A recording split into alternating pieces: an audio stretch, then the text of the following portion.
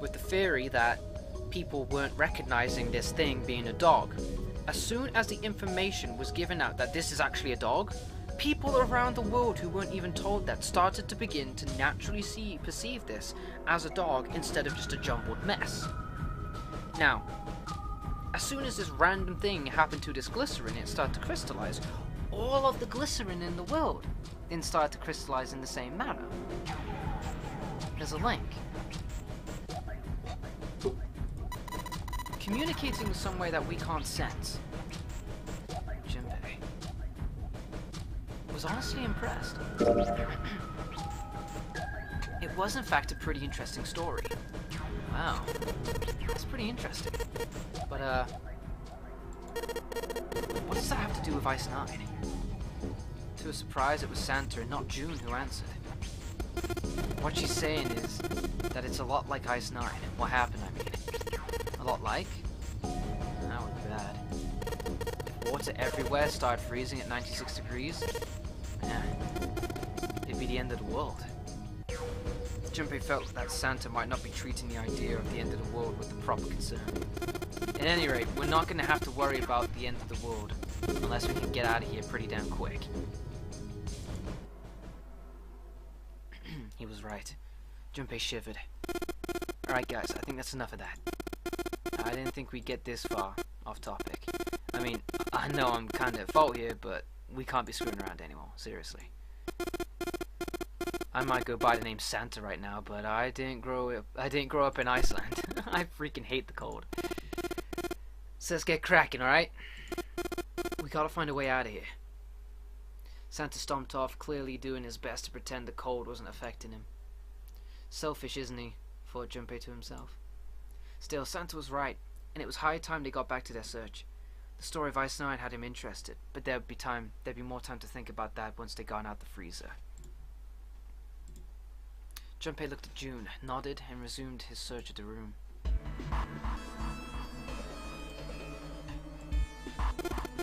This thing's frozen solid. This pork? Yeah, seems like it. What's this thing?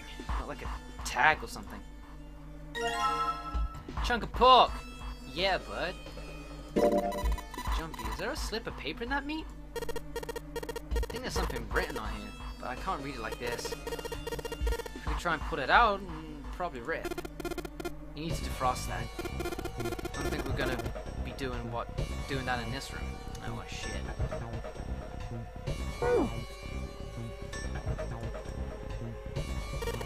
Everything's frozen in here. Doesn't look like there's anything else interesting.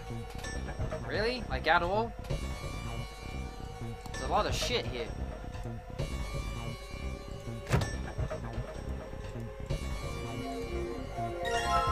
Frozen chicken. It's really hard. It's frozen stiff. Oh. Hey June, can you say that again? Eh? Say it again. It's really hard. Again. It's really hard. Oh, thanks. Something wrong, Junpei? Your face is bright red. No, it's nothing. Fine. If it's that hard, you could probably use it as a hammer. Yeah, good point. Maybe you can use it to break something, yeah? Oh. Whew. Alright. Where was I? Bust the dry ice! Alright, the dry ice is all in pieces now. Yeah. Wow, you crushed up really good. You should be able to get into anything you want now. Crushing that stuff causes an explosion if you seal it in something that's airtight.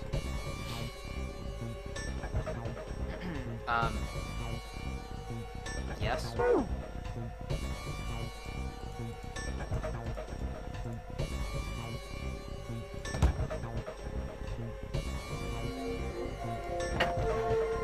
whoa. Sturdy rope. It's a rope. Well, we could use it to attach something to something else, I suppose.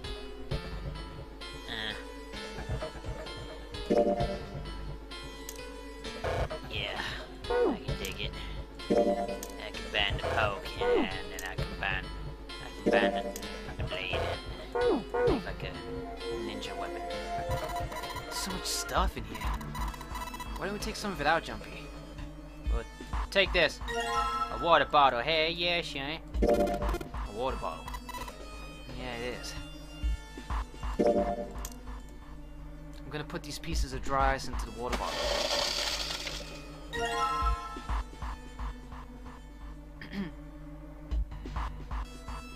What? Alright, never mind. So wait. So you put the dry ice in the water bottle, Jumpy. If it explodes, it could probably blast away the ice on the door. So, how are we gonna get it to stay against the doorknob? You hold it, Santa. That's how we're gonna get it. There isn't anything else here that looks useful. Fine, motherfucker, fine. Fine, fine, I said fine.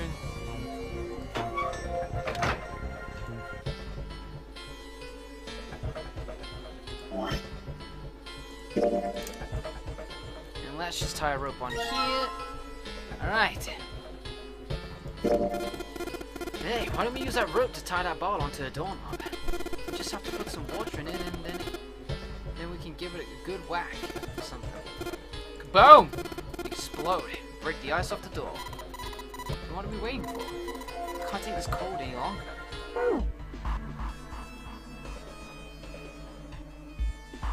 Warm water dripped from the ruptured pipe near the door. Junpei pulled out the water bottle filled with dry ice, let a good amount of water fall in, and then quickly sealed it up tight. The makeshift bomb complete, he tied it to the doorknob as quickly as he could manage it in the cold. Yeah, trying to tie stuff in the cold is a bitch. Alright, that's set. So, what do we do now? We just need to give it a little tap. The bottle's already about to pop. We just throw a rock or something at it, and it'll go off all on its own. Small rock? A small rock. Junpei looked down at the floor. Scattered across with pieces of dry ice left over from the larger chunk he'd crushed earlier. Alright, this ought to do the trick. He pulled his sleeve down, his hand over his hand to keep it from burning. He grabbed a chunk of dry ice. It was a pretty good size. About as big as a pool ball. He figured it would be just about the right size. Alright guys, stand back. I'm gonna blow this mother sucker! Actually, we should probably hide somewhere. Both Santa and June looked at him with new concern. Where exactly do you expect us to hide, genius? There isn't really anywhere big enough. In there. Yeah, there is. Look, right here. We can hide in there. Junpei pulled open the door to the small cellar. Come on, get inside quickly. Santa and June nodded and jumped down into the hole. Junpei quickly followed. In his hand, he could feel the chill of the frozen carbon dioxide even through his sleeve. He tightened his grip, took aim, and prepared to throw. Alright, here it goes. 3, 4, 5! You counted the wrong way! Oh yeah. That is a really sad excuse for a joke, man. So, dude. Alright, for real this time. You guys ready? Yes. Whenever you're ready. Okay. Just throw the damn thing. Alright, here I go. 3, 2, 1. Junpei threw the chunk of dry ice as hard as he could. With the same motion, he ducked down into the cellar with Santa and June, just as a kabow! Seek a way out. That's how we do. Junpei leapt up out of the cellar and ran to the door. Jumpy! The ice on the door, is it gone? Yeah, it's gone. The blast must have shattered it. Yeah, alright, let's see if it opens. Junpei grabbed the knob and pushed it with all his might. Oh, thank God. The door gave way easily and all three of them tumbled out the freezer at once. Hooray! We're out! June, relieved, collapsed on the floor. Move! Santa shoved past Junpei and ran straight to the grill, where he immediately grabbed. Ah! Oh, god damn it, hot! Oh, fuck! He proceeded to kick the grill in a futile but amusing fit of rage. But where was Lotus? It took Junpei only a moment to find her. She was sitting on the counter idly scratching her chest. Ah, welcome back. I was starting to get tired of waiting for you guys. With a great yawn, Lotus lowered herself off of the counter. Junpei clenched his teeth and walked toward her. What were you doing? What do you mean, what was I doing? I was waiting. We were gonna die. Oh yeah? But you didn't, so everything worked out alright, didn't it? What the hell? Just kidding. You might not look like it, but I was really worried. Don't give me that crap. I'm telling the truth.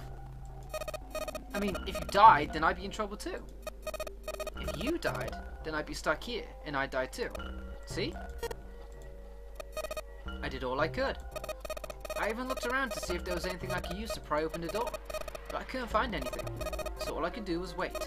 I mean, what else did you want me to do? Call the cops? It was true that there wasn't much she could have done, but something about her tone. Junpei gritted his teeth. Fine. There's one thing I have to ask you. What's that? You didn't close the door, did you? What? You think I closed the door on you? Why would I do something like that? It closed on its own. I told you before, if you died, then I died too. She was right, and Junpei knew it. Without them, she'd be in very serious trouble. It seemed that an accident was the only explanation for the door's closure. If Lotus had really wanted to kill them, all she would have had to do was bar the door from the outside. And she hadn't. Well, she hadn't done anything. The most she was guilty of was laziness or negligence, not attempted murder. Junpei swallowed his anger and did his best to apologize. Well, I'm sorry. I'm sorry I doubted you. Oh yeah, well that's alright, as long as you understand. Lotus looked away and twirled her hair between her fingertips. His vengeance against the grill complete, Santa swaggered back toward Junpei and Lotus. Hey, no more screwing around, you two. Break time's over. Especially for you, lady. You've just been sitting on your fat ass of yours while we're freezing to death. How rude! I was plenty busy. Yeah. How about you put all that energy into something besides bitching? Let's go. Right, so we now have the turkey, chicken. It's so hard. So let's go put that on the grizzle, my nizzle. I guess I'll put the meat on the grill. Hey, what are you doing? I'm hungry! What are you gonna do if the paper burns? Oh, and it'll be fine. I mean, it's not like it's gonna burn right away, right? We just gotta keep an eye on it, and the paper will be fine. Well, they can argue what they want. I'm gonna keep an eye on this book. Cool. Looks like it's about time. I'm gonna try taking the paper out. Jumpy, be careful. Sweet of her to care, but I know what I'm... Oh, God! See? I told you, man. What the hell are you doing? Hurry up and take the paper out. It's not coming out. The thing's frozen stiff. I can't get it out. So we're gonna have to cut the meat? Yeah, looks that way. Oh, I got just the thing, motherfucker. Check it. Oh, freshly sharpened. Right, now that I've sharpened the knife. Yes, I cut the pork! Awesome, Junpei. Now we can cut the paper. What the fuck is this?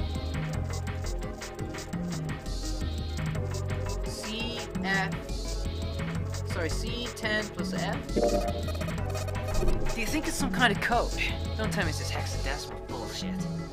Where F would be 15, C would be 13, I think. And 10 is A, which is 10. Oh, that part always kind of messes with me a bit. Alright. Damn it, they're just screwing around. Junpei, do you know what CNF stands for? Oh no, carrots and Funyuns. think maybe it means corporate finance? Well, I thought it was clever and funny. Oh no. Okay, let's head back here. This is the oven door. It's locked, of course. This is probably what you're supposed to use to enter the password. Maybe if we put the right number, it'll open the oven door. Jumpy, maybe the note you found earlier. Yeah, I know. Do you know how to enter them numbers? I think E is for enter and C is for clearing. So basically, when I'm ready to submit my answer, I press E. So if I screw up, I just push C, right? Moses nodded. Alright, let's give it a shot.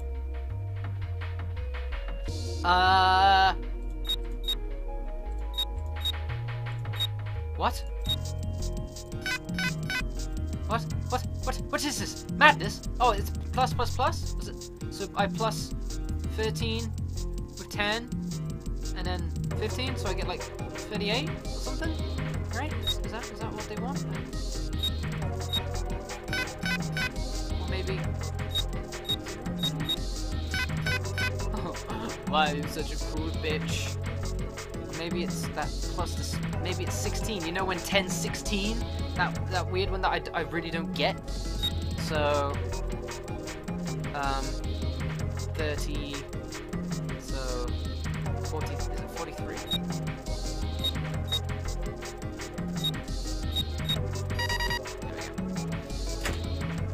Sounds like metal is falling. Well, I guess that went well. The metal's falling! Yeah! The door opened! Good job, Jumpy. Oh, it's so hard. Right, what's this? It is a key, a Saturn key card! This looks like a lowercase h, but the line next to it is throwing me off. This is the symbol for Saturn. Remember, there was an elevator next to the main staircase. Was there a mark like this on the card reader next to it? Oh yeah, I remember that. I guess that means that card ain't gonna help us out to get out of this room then. I'm not sure. Why don't we try it out? Yeah, it's worth a shot.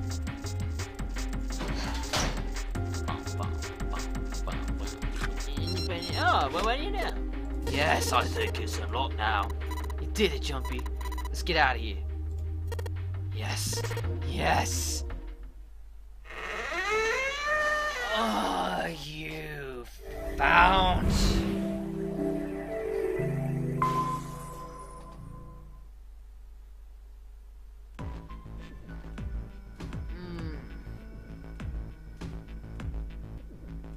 They stepped out of the kitchen and into a hallway that looked rather familiar. A metal grate stretched from wall to wall. Beyond it were two elevators and the entrance to the kitchen. They had entered the kitchen from one door and come out the other. That meant their map of the ship's interior was accurate. They laid the map out in front of them and began to discuss their next step. So this is where we are, facing this way. There were 4 possible routes. A, B, C, and D. Well, A and B would take us to the same area. Oh, this looks like... This kind of looks like the casino area. This was the area with... This looks like this was where the... Oh, wait, no, wait. That's... No, it's starting to look less like the casino area now, my bad. First, A and B. A and B both seem to connect to an L-shaped room. However, the 2 doors that led to the room were both locked and could not be opened. Next was Route C. This goes all the way to the main staircase. That means it's door 5, one of the numbered doors. Then do you think we could meet up with the other 4 after this hallway? No, I don't think we will. Why not? Look. There, by the stairs. See how the gate is open? When we went into the kitchen, it was closed. But it's open now. What do you think that means? They opened it. Most likely. If we take Route C, we're going backwards. That'd be pointless. And that means All four looked at the map. They all looked at the staircase, this lazy curve leading down deeper into the ship. Route D then. D it is. Yep, Route D. Then was set. They jogged down the stairs until they reached the sea deck. Just to be sure, they kept going to check the deck beneath. Yeah, just like I thought. Deck D is totally underwater. Just like the bottom of the central staircase. The water gazed back at them, its smooth surface like a great mirror. Oh yeah! As ominous as it was, Junpei took at least some comfort from the fact that the level hadn't gone up much since the last time he'd seen it. They turned back to sea deck. It didn't take them long to find two elevators in front of the stairs. They looked identical to the elevators on the top floor, with one exception. The elevators had a card reader on the wall between them. I don't like this place. On the card reader was a strange mark. Hey look, it's Lotus's symbol. Huh? See, it's the woman symbol with a fawn on it. That seems like... Ah! Ah! Lotus had taken hold of Junpei's hair. She began to shake it violently, and he thought he heard a low growl coming from her throat. Such violence! Junpei began to wonder if she was not the devil itself. She was the Antichrist. With an uncomfortable smile, June spoke up. This is a Mercury symbol. The fawn symbolizes the wings of Hermes' staff. Hermes? Herpes? Whatever. If we can't, you know what? I've always made that connection myself as well. Oh god. Oh god. If we can't get this thing to work, these elevators aren't going anywhere. In other words, we need a key card with the Mercury symbol on it. Probably. They gave up on the elevator and returned to the stairs. A hallway stretched out to the left. A great many doors lined both sides of the hallway. They weren't sure how many, but certainly enough to be discouraging. Damn it, if we try and search all of these, the sun's gonna go down before we're done. We're done with even half of it. I think the sun already set. I have a feeling the ship is the only thing that's going to be going down at any time soon. That's even worse. We can come back to this hallway later. Let's check the hallway on the other side, shall we? Frustration and fear building, they walked back to the stairs. To their right was a small hallway. Quickly they headed into it. It was approximately the same size as the alcove in front of the stairs. The hallway led toward the stern, and at the end was a set of double doors. Let's open it. Junpei nodded and grabbed the one closest to him. He gave it a small tug and felt it move. It was unlocked. Thrilled to have found an unlocked door, he threw it open.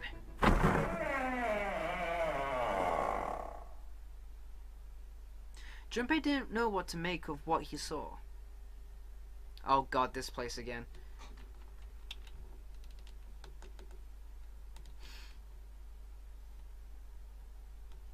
He simply stood, unable to speak.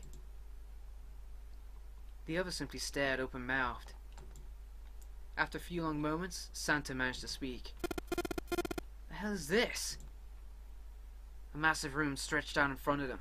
More a cavern than a room. Its vastness was oppressive, and it bore down on the four companions.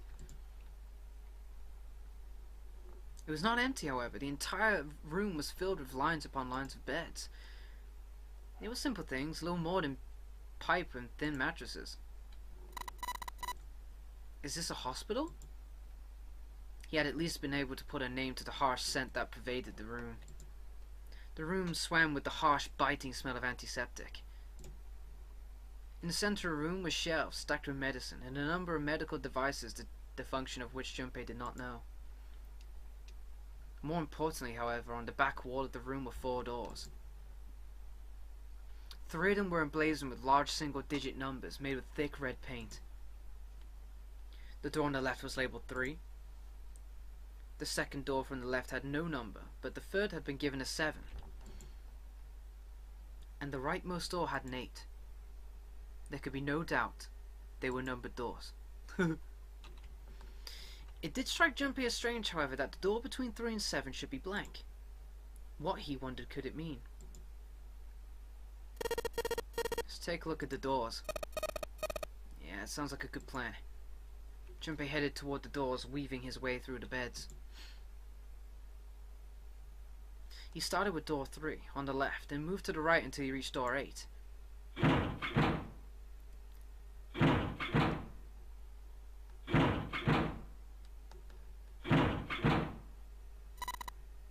It's no use. But of course, if it was that easy to open these doors, what would be the point of the nonary game? We have to activate the red, or the number doors won't... Wait a minute. What's wrong? Look, the display of the red. There's nothing on it. Huh? Don't you remember the red at the central staircase? If no one was inside, it said vacant. Oh yeah, you're right. But this one? There's nothing on it. Right? I wonder if it's broken. Only one way to find out. I wonder if Snake's gonna go missing again. It didn't respond. All 4 took turns placing their hands over the red, but it refused to open. They pulled at the lever and still it did nothing.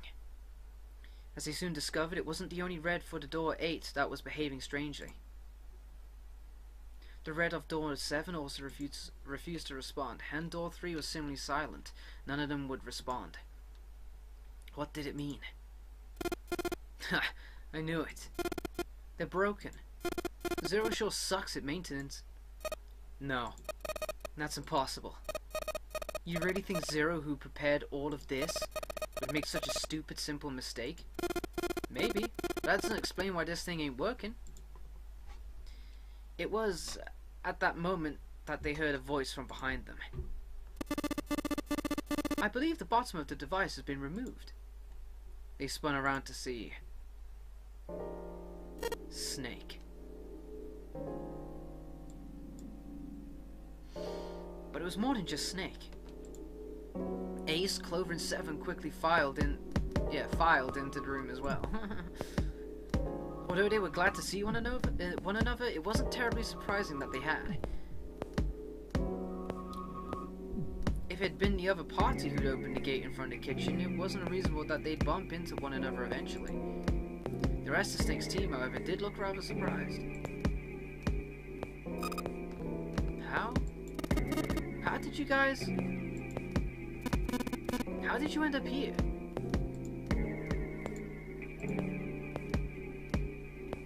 After a moment of silence and surprise, everyone suddenly began to talk, desperate to exchange information. They talked about the rooms they'd been through, and how they'd ended up in the same place. Of course, none of it was very useful information, but that hardly mattered. They were happy to simply see one another again. Right now, you might be thinking, can we forward? It's not letting me right now, so I'm guessing there's still unique shit. Although the level of cheer varied greatly from person to person, each one of them was wearing some manner of smile. Almost as though they had already forgotten about the death of the ninth man. No, thought Junpei, perhaps that wasn't it. Perhaps thoughts of his death were what drove them to smile at one another. Not in a morbid or hateful way, no. The ninth man had died. But they were still alive, and that was something to be happy about. A sort of simple, uncomplicated joy, Junpei thought. The thought of being alive. Still alive. He felt sorry for the ninth man, but more than anything, Junpei was just happy to be alive.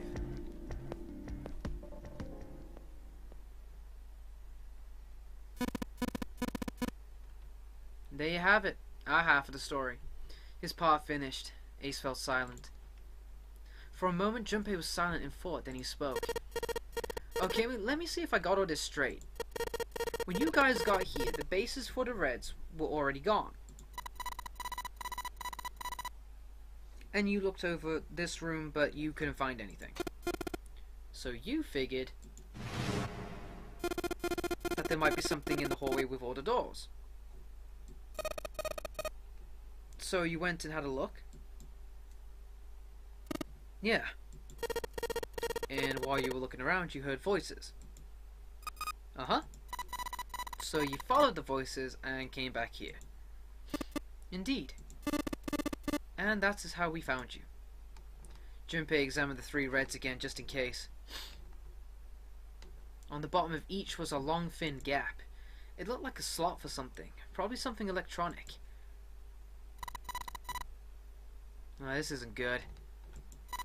If the Red is inactive, we can't keep going. Well, what about the hallway over there? Is there anywhere else we can go? No, there isn't. There are plenty more hospital rooms, but nothing else. Hospital rooms? That's what's behind all those doors? Yeah. There are a number of individual rooms in addition to this large one. There was a door at the end of the hallway, but it was locked. There was an astrological symbol engraved near the keyhole, however. I was able to get a good, feel of it. Up high, Junpei! I believe it was the symbol of Jupiter. Ugh, not again. Those goddamn things are everywhere. I wonder what they all mean. For a moment, everyone was silent, deep in thought. While we're asking these things, what these things mean, what's the deal with this room? I mean, I thought this was a cruise ship, but I can't imagine a cruise ship would have a hospital like this. Of all people, it was 7 who answered, and with calm confidence. Well, I figure it's probably a hospital ship. Chances are it's the Gigantic. The Gigantic? Junpei looked confused. So did everybody else.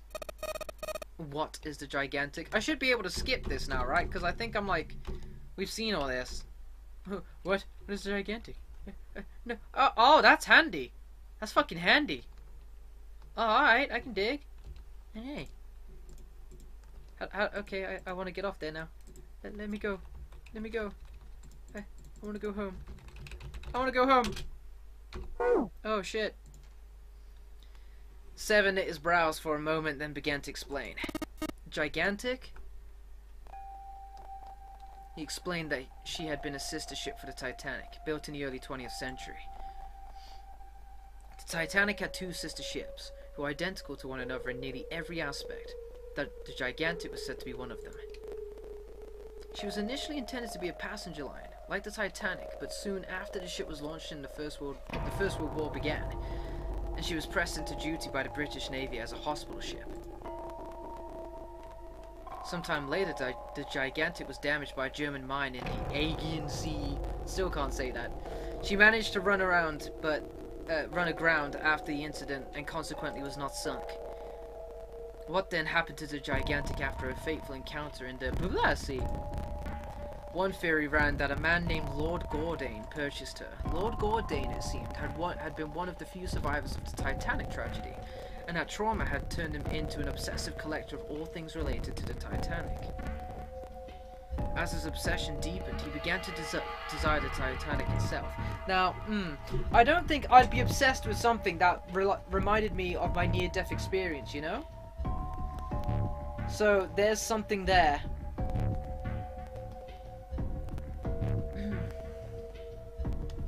That, of course, was impossible. The Titanic lay at the bottom of the Atlantic Ocean. The Gigantic, however, not suffered such a dire fate, and as she was identical to her sister ship, she caught Lord Gordane's eye. So you're saying this Lord Gordane brought this ship?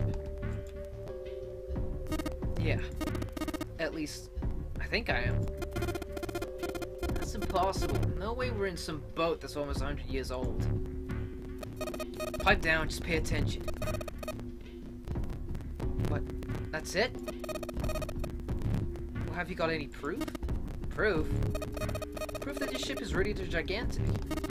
Well, the The ship's got stuff that's like the Titanic in a hospital ship. So I just figured, oh for goodness, don't tell me that's your only reason. No, I've got more. Like? Well, I mean... Seven looked around desperately, doing anything to avoid meeting Lotus's piercing stare. He scratched his head for a moment and gave up. Ooh. Finally, he opened his mouth. I don't know. Lotus sighed and shook her head.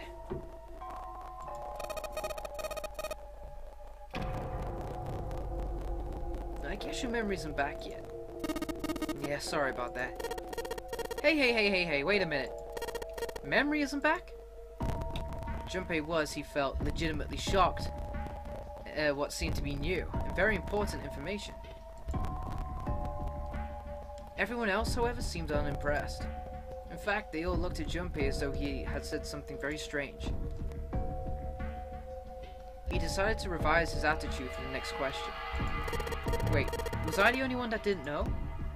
Everyone nodded. Why? Oh yeah, I guess I didn't tell you, huh? I told the rest of them before we ran into you on the stairs. I told him I couldn't remember a damn thing from before I woke up. What? Then almost as if to save Junpei from further embarrassment.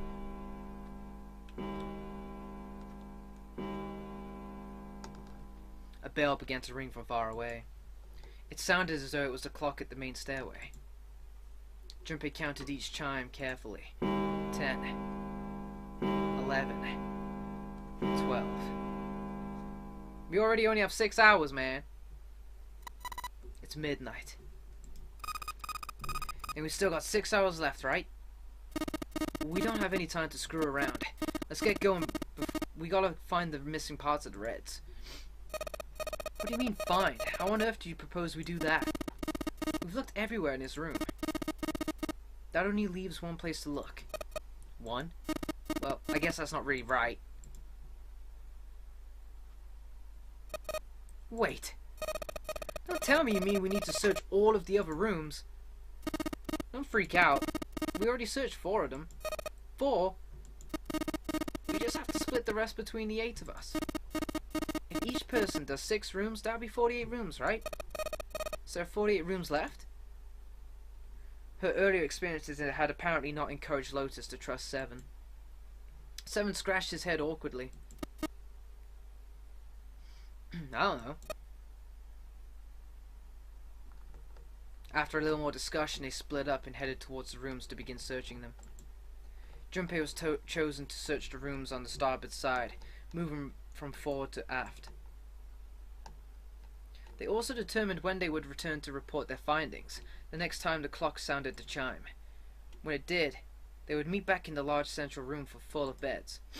If during their search any of them were to locate the missing components, they were to yell for the others. If this strategy failed, they returned to discuss their options later. The details decided, they left to begin searching. I'll be right back, guys. I need to get me a drink real quick because my throat is dry as a motherfucker.